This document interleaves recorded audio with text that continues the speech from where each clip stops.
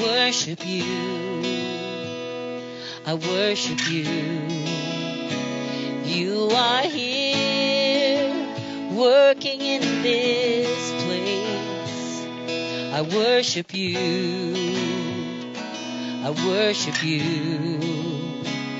You are waymaker, miracle worker, promise keeper, light in the darkness. My God, that is who you are. You are waymaker, miracle worker, promise keeper, light in the darkness. My God, that is who you are.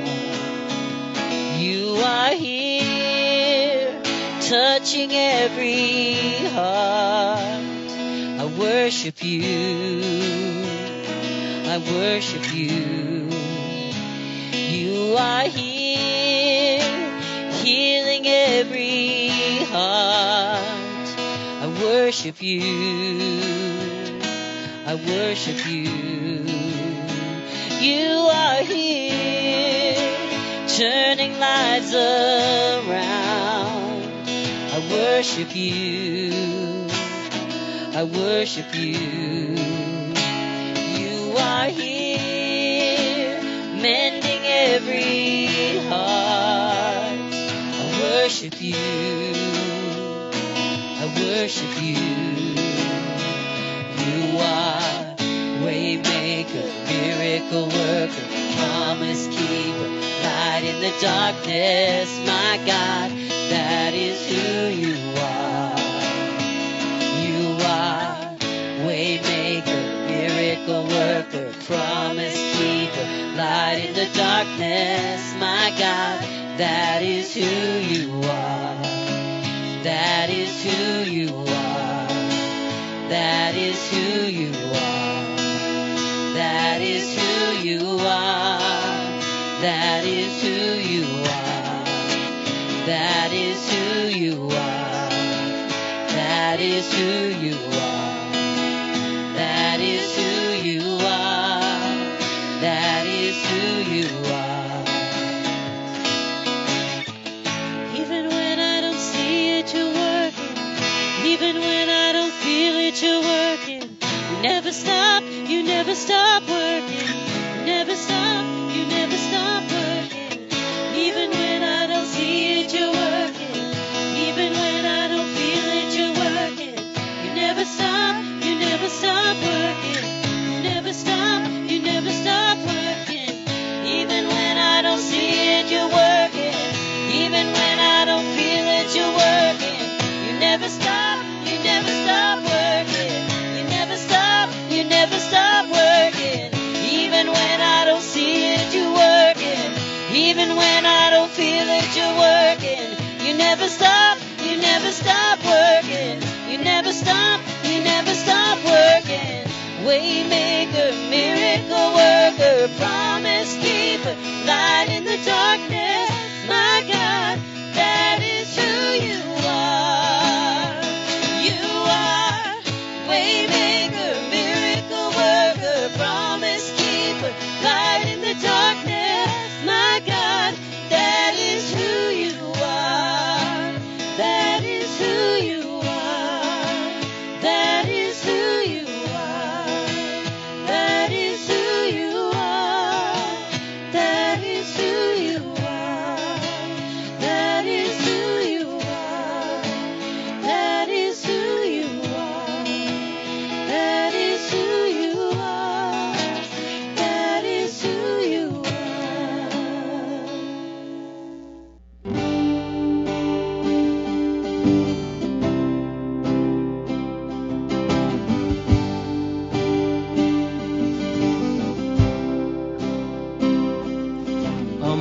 Amazing grace, how sweet the sound that saved a wretch like me.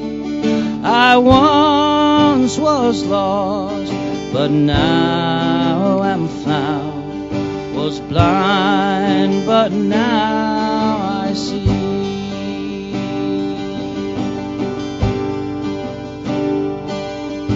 'twas grace that taught my heart to fear, and grace my fears relieved. How precious did that grace appear the hour I first believed. My chains are gone, I've been set free. My God, my Savior has ransomed me. And like a flood, His mercy reigns, unending love, amazing grace.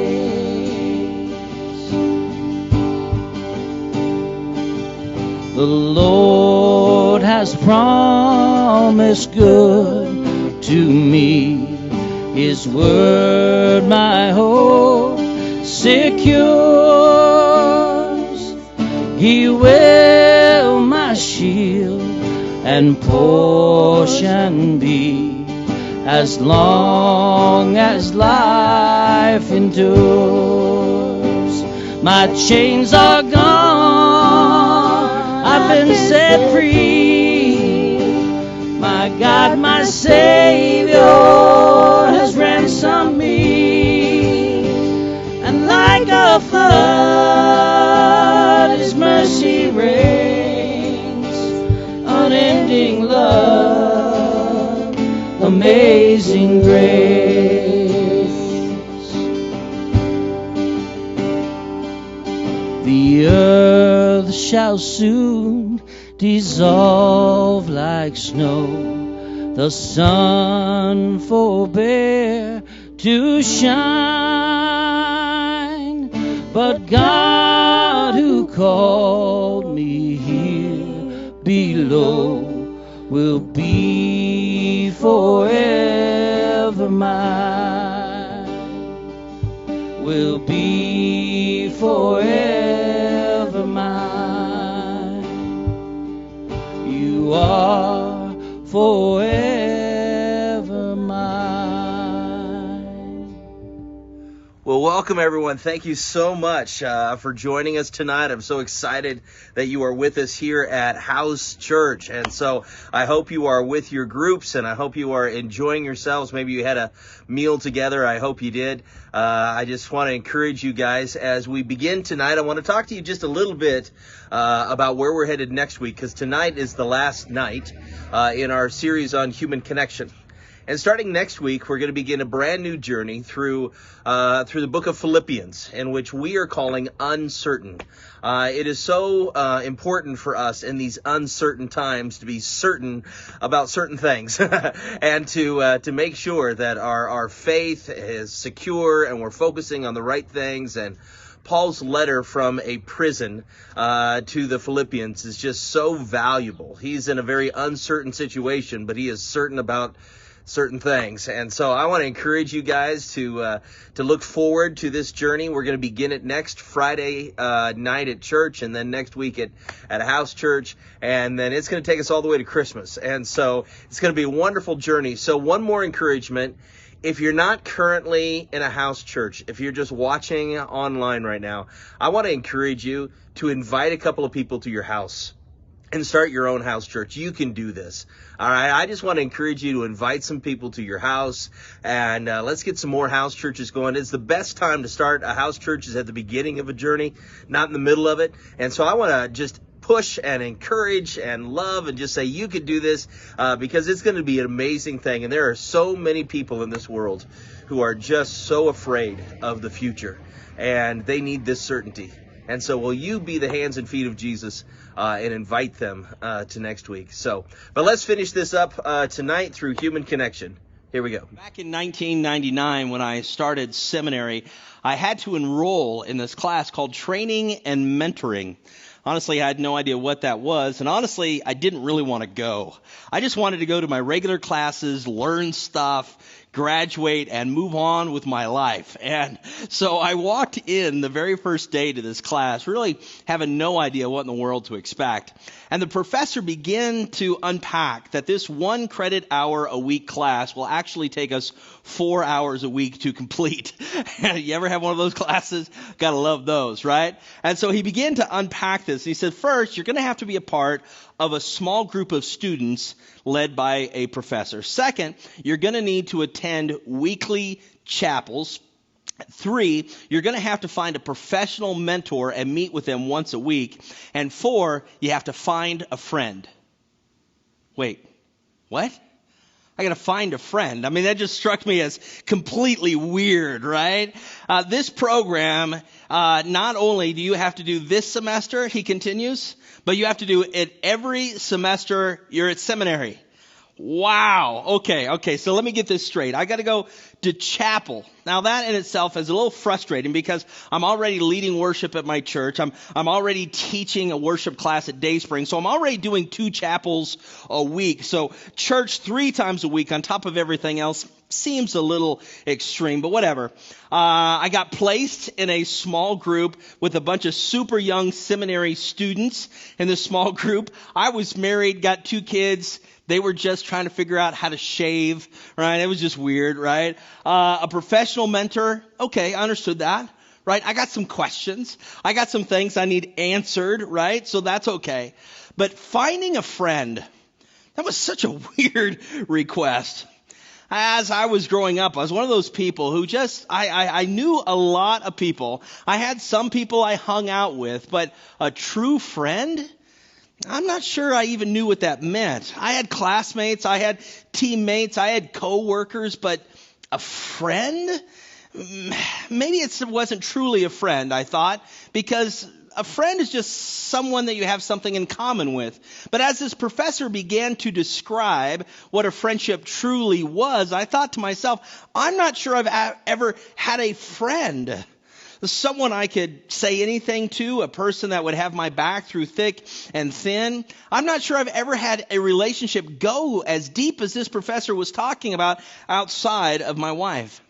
So I came home just kind of struggling with that, processing with it as I'm driving back and forth to Denver for that week and the next week. And as I began to think about that, I decided, well, I just gotta pick somebody. And so I approached a guy on my worship team with me and kind of told him what I needed to do. And I said, what do you think? And he agreed. And we started meeting together once a week. And I'm going to be honest, our conversations at the beginning were awkward, right? Those first conversations, like, so where are you from? Just all that kind of weird stuff. And so our conversation started out really simple and really surfacey. After a couple of weeks, we decided to read some books together so at least we had something to talk about and to challenge each other. And the conversations began to get a little bit more deep. They began to get a little bit more personal. And over the next 2.5 years, we pushed each other and we challenged each other. We encouraged each other. We motivated. We dreamed. We talked. We struggled. We laughed. We cried. You name it, we did it. And I had discovered over these 2.5 years what I would consider my first real meaningful relationship. It changed how I saw the world, how I interacted with the world, how I saw people, how I saw relationships, how I saw future relationships. And this friend and I, we talked a lot about life and the church and what a Christian life should be and what it should include, and that it should be relationally focused. And honestly, through all of these conversations, Waypoints was birthed as we began to talk about how church could be and what it should be and how relationships should be at the center of it. And it's not an exaggeration for me to say that being forced to find a friend changed my life. See, human connection is powerful. They were created that way. And in fact, I would say, I'm truly passionately would say, because I believe in the very core of my being, that every problem that we face as individuals and as a nation and as a world would all be changed. They'd be fixed. They'd be corrected with just some honest human connection. It's what's missing in our worlds. It's what's missing in our lives. That's the problem, and that's how we fix it. Connection. It's why you and I are here. Connection is why you and I were created. You and I are hardwired for connection with others. It's what gives us purpose. It's what gives us meaning. And without it, there is suffering. If anything, these last 5.5 months, whatever we're at, of COVID, it has really shown us, it's been very evident, the need for connection. It's absolutely huge. Many of us, even those who would consider ourselves to be introverts, have felt a wide range of emotions caused by social distancing, by social isolation. And as a whole, we've seen depression increase and suicide and mental fog and the lack of a drive and all sorts of emotions on all new levels, because we were not created to live in isolation. We were created to live in connection. We weren't created this way, so it's affecting us all. And it is amazing how much isolation has taught us about human connection. And during these weeks, we have talked about some very hard topics. We've hit some hard ones. We began with understanding that part of the reason for our disconnection is us. That we have this ability through our own shame and our own struggles to disconnect and therefore sabotage relationships. We've talked about the need and the understanding of vulnerability, of empathy, of trust, of loyalty, of encouragement, of grace, of love. I mean, some big, huge conversations of who the gospel is calling us to be, who the gospel is inviting us to be, that we are called to live one way, and yet as we look at the world, that gives us a whole nother way that humans interact with each other, and the pull of the world and the invitation of the gospel. They are polar opposites from one another, especially when it comes to this issue of human connection. And so reclaiming the life that Christ invites us to is never easy. Sometimes it seems that the things that are supposed to become the most natural are actually the most difficult. It shouldn't be hard for you and I to connect as human beings. It should be natural for us. It should be as natural as breathing, connecting with another human being. But yet we don't experience that. How is it possible that we could be created for each other and yet feel so disconnected from each other? Well, it shouldn't be this way, but over thousands of years of humanity, the sin has just eroded the foundation of human connection. And it has allowed division over unity. It has created a situation where judgment is easier than empathy, where gossip is easier than encouragement, where skepticism is easier than trust, where hatred is easier than love. And I, for one, am absolutely sick of this reality. I would much rather live in the realities of the kingdom and live the life that you and I are invited to, that you and I are called to, this holy life. So to end this series of human connection, I got one last topic I want us to wrestle through, and let me see if you can figure it out by this story. One day I was having a conversation with a man who had been a part of Waypoints for well over a year. And one day he started complaining to me how he didn't feel welcome, how he didn't feel a part, that no one liked him, that he was trying, but no one would include him, no one would sit with him, and he was just complaining and complaining. And honestly, I was shocked. Because he was always in stuff. He was always doing stuff. He was serving in the sound booth. He was going to groups. And I was like, man, I am so sorry. How can I help? Man, I'll do whatever it can to help you. And at this point, we were at our old building and we were serving meals before church. And so I just started kind of watching his interactions. And I remember the very first time I was watching his interactions, I'm watching him go through the food line. He's not talking to anybody. He grabs his food, grabs what he needs, and he walks past all of these tables of people who are talking and enjoying things with empty seats at them, walks past all of them, finds a table where he's all by himself, sits down, and starts eating.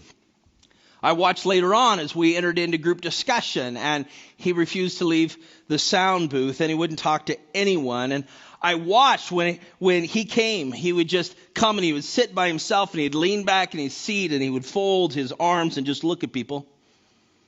And as I watched him at the end of service, he sat the same way, waiting for someone to come and to talk to him. And night after night, I watched this. And one night after watching him so many times, I approached him and he was ready for me. He said, see, no one comes to talk to me. And I just asked, why don't you go talk to them?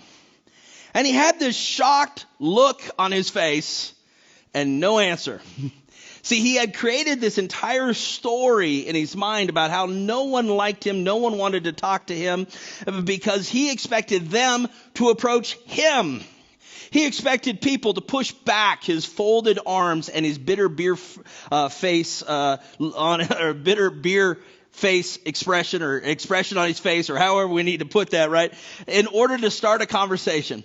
Have you ever saw somebody with their arms folded like this, has given you a scowl and thought, I want to go talk to them? No!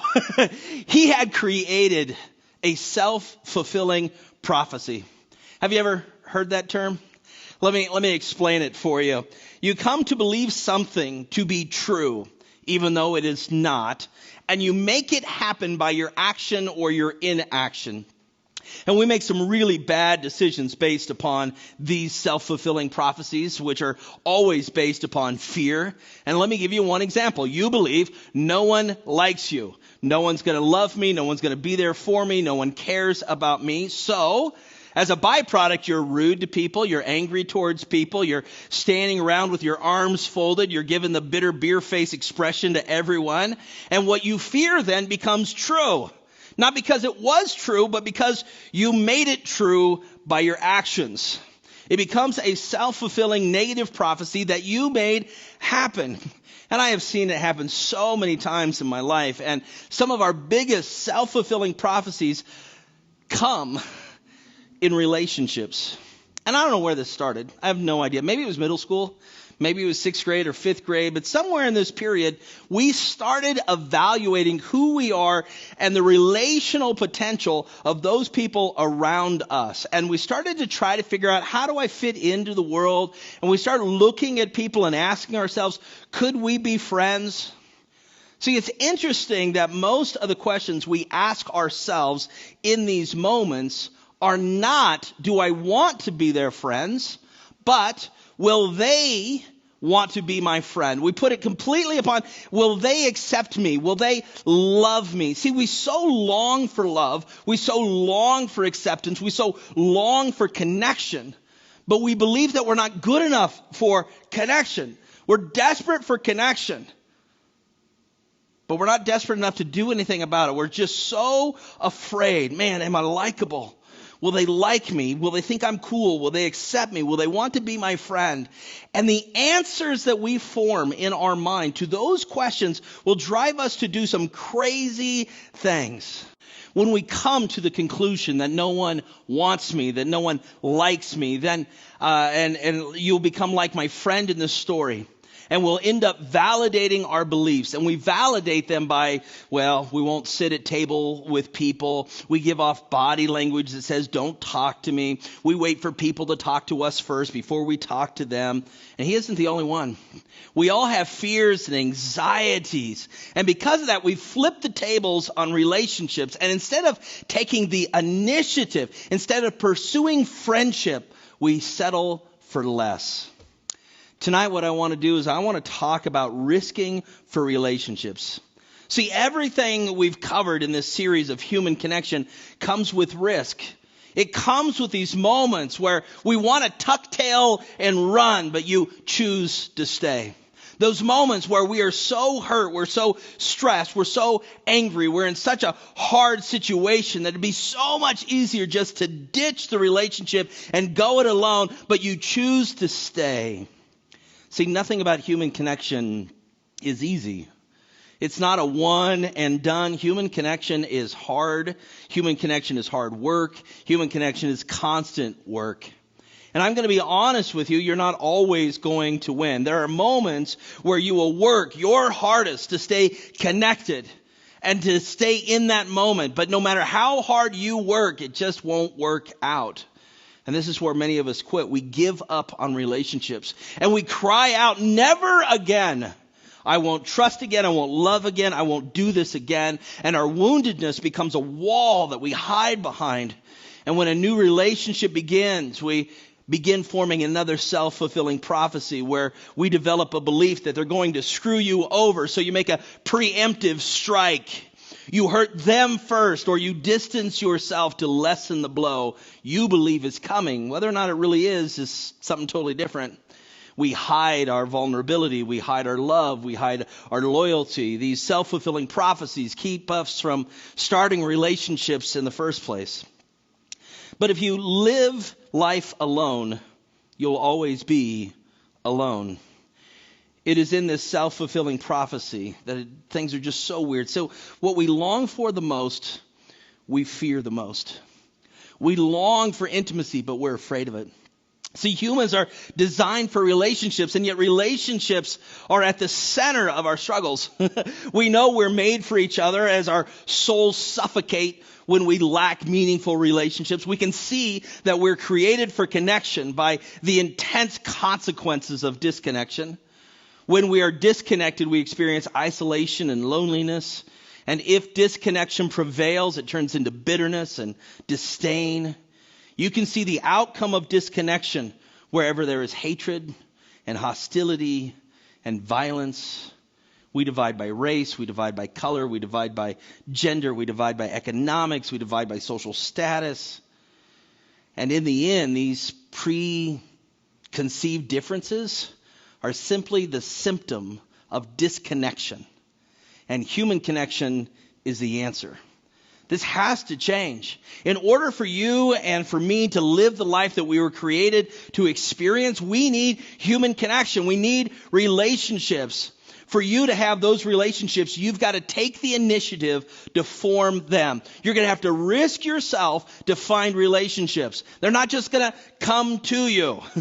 You have to go make them happen. The 21 years since my first real friendship have taught me a lot. And I'm going to be honest with you, that relationship that was so foundational, life-changing, it ended. It was sad, even painful, but I still wouldn't change it for anything. There have been other relationships that became just as powerful in my life, and some are still there and others have ended, and sometimes they end badly. And I'm going to be honest, they hurt, and there's moments where I'm just like, I'm not going to do this again. I'm not going to give my heart again. There's no denying that those moments do come, but I do not regret a single one of those relationships. They all shaped me. And looking back, I realized the strength that I found was not only in the strength in which God placed in me, but the strength people placed into me, the people around me. See, it's not only the power of the people around me, but the voices who inform me and form me of who I am. See, your tribe will shape your identity, and your identity will shape your future. There is something mysterious about the way humans are designed, and we are designed to be made strong by the strength of others. And we find courage in the courage of others. We are energized by the inspiration and energy through other people. We are full of the inertia and cannot find our way back to being strong. That's when people come alongside and help you to get there. Get in environments that are filled with optimism and hope, and allow your soul to be nourished and encouraged and inspired by other people. Our identities are rooted in our connectedness. We know ourselves best when we are known the best by others. When we are interconnected as people, we do not lose ourselves, but in fact we find ourselves. Your tribe, those people you surround yourself, they reveal your identity to you. See, human connection isn't just going to happen. Human connection is not a passive thing. You cannot just sit back and things will happen for you. Sit back and say, God, I need some friends, and God's just going to do it for you. Pray that it'll just magically appear. It isn't going to happen. To experience life-changing human connection, you have to take some initiative. You got to take some risks. You got to pursue these connections, and that is going to require you to step outside of your comfort zone. And there's no guarantee it's going to perfectly work every time. But there is a divine promise that they are worth the risk. So what I want to do with our time tonight is I want to quickly give you 4 pushes towards relationship. 4 risking points, if you will. Number 1, refuse to be intimidated by meeting new people. See, most of us come into a possible new relationship and we kind of freeze. We start asking those questions. The internal narrative begins kicking up in our mind and our heart. Will they like me? Will they think I'm cool? Will they accept me? Will they be friends? And honestly, we're kind of scared of rejection. And so we don't put our real self forward. We determine who we think they want us to be, and we try to be that person so that we can be loved, right? So we start giving them the image that we think that they want. You got to stop that. Got to absolutely stop that. You got to be yourself because you are worth it. And if they don't like the real you, then they aren't worth the relationship with you. You want people who know you and who see you and who value you. Those are your people. Those are the people you need to pursue relationships with. Number 2, take the initiative and meet new people. Do you know how many really cool, amazing people are out there that want to know you and be in a relationship with you? No, you have no idea. How many people are waiting to know you? You have no clue. And you're only going to know when you go out and risk and look for them. Risk meeting new people. When was the last time you put yourself in a room filled with strangers to try to meet people? We don't do that, man. We go into these holy huddles and we're just like, I just want to hang out with you because I know you and you know me and you like me. No. You know how many friendships you're missing out on? How many great friendships are out there waiting for you? If you just put yourself in the position to meet them, to find them. Number 3, you got to pursue relationships with people you want to be like. Okay. We got to unpack that a little bit. I hinted at this earlier. We usually choose friends based on who is willing to accept us. That doesn't always mean we end up hanging around the best crowds. Right? Doesn't mean, I don't mean this to sound harsh, so just hear me out. But honestly, being friends with only those who will accept you can lead you to hanging out with the wrong group of people. Something that happens there. We have all seen it. We've all experienced it. We don't think that we're good enough for people that we want to be like. We create that self-fulfilling prophecy in our head. So we choose lesser friends. And that's where that old saying comes from. Show me your friends and I'll show you your future. My friends, you got to have high standards of friends. You are worth it. Look for people whose lives reflect some sort of quality, something that you want to aspire to, that you want in your life, right? And pursue them, actively pursue them. Say, I want to be friends with you because I see something in your life that I want in my life. Whoever informs you, forms you. The wisdom of the Proverbs tells us this in chapter 13. Walk with the wise and become wise. Associate with fools and get in trouble. Who can preach? All right, amen. Give me a testimony. You know what I'm talking about here, right? We got to aim higher with our friendships. Actively pursue relationships with people that you admire. You're like, I want to be a part of that person's life, man. I look at the way that they treat their spouse. I look at the way they treat their kids. I look at the way that they do their job. They're cool people. I want to be with them. Pursue that relationship. Number 4, embrace the mess. Meaningful relationships are hard, and there are going to be messy, and there's going to be moments where you're just going to want to give up, and moments that no matter how hard you try, the friendship's not going to last. You just got to understand that's part of the costs here. Part of the price of having good, deep friendships is going through the pain of losing some of them along the way. It's so amazing to me that Jesus modeled this for us. It kind of reminds me of that famous quote from Alfred Lord Tennyson. It's better to have loved and lost than to have never loved at all. And I know that many people hate that quote. In fact, right now, some of you are squirming on the couch or thinking, I hate that quote, right? We just don't agree, right? We actually believe it's better to have never met that person, never to have shared life with that person, even for a while, if they ended up hurting us in the end. And I just don't believe that to be true. We see pain outweighing any sort of benefit. But that's not true at all. And it does remind me of a couple of moments in Jesus' life. First, I'm reminded of that moment when Jesus picks his 12 disciples and he chooses Judas. Even though the scriptures are very clear from the very beginning that Jesus knew that Judas would betray him, he's still going to spend 3 years in deep, honest relationship. And in fact, Jesus loves Judas so well that none of the other disciples know 3 years later that it is Judas who's going to betray Jesus.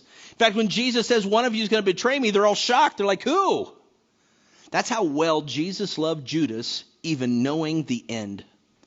Why would Jesus pick Judas in the first place? See, there's something in the connection, even in the mess. It is beneficial. It's beneficial not just for Judas, it's beneficial for Jesus. Jesus wanted Judas along for the journey regardless of the ending. And Jesus refused to give up on Judas. And if Jesus said Judas was disqualified because of something he's going to do later in life, then we're all hosed. Because we all make mistakes. Jesus' relationship with Judas mattered to Jesus. Those relationships in your life, even when they end poorly, they matter. They make a difference. I'm also reminded of this moment in Jesus' life found in John chapter 6. When Jesus just gets done giving this extremely difficult, hard teaching. In fact, let's pick it up in verse 60. It says this. Many of his disciples said, this is very hard to understand. How can anyone accept this? Jesus was aware that his disciples were complaining. So he said to them, does this offend you? At this point, many of the disciples turned away and deserted him. Then Jesus turned to the 12 and asked, are you also going to leave? Jesus was no stranger to loving people and then it getting messy. Loving people and then having them leave him. But here's the key. He never stopped loving people. Even with the hurt, even with the pain, even with the memory of those that didn't end well, he never allowed that to cloud his judgment. Jesus was in it for the relationship, and he just kept on loving. See, there's something powerful in connection, mess and all, that is beneficial even for Jesus. Every connection changes us. Every connection shapes us. We aren't promised a happy ending. We are promised a meaningful journey. And Jesus desired relationships. He chooses relationships. You can't allow what's wrong or what went wrong to keep you from what could go right the next time. Can't let what's wrong cloud your vision and your experience of what could go right. Every relationship matters because human connection is where life is found. My friends, it has been a joy to share this journey with you over these last few weeks. It has been so important for us to talk about human connection. My friends, I desire for you to be deeply connected with other people. And I desire that because I know how life-changing it has been for me. How it has shaped my life, how it gives me the ability to get up in the morning. Man, if it wasn't for the people in my life who love me and support me and we share life together, I don't know why you get up, man. Loneliness is brutal. Disconnection is brutal. Connection is where life is found.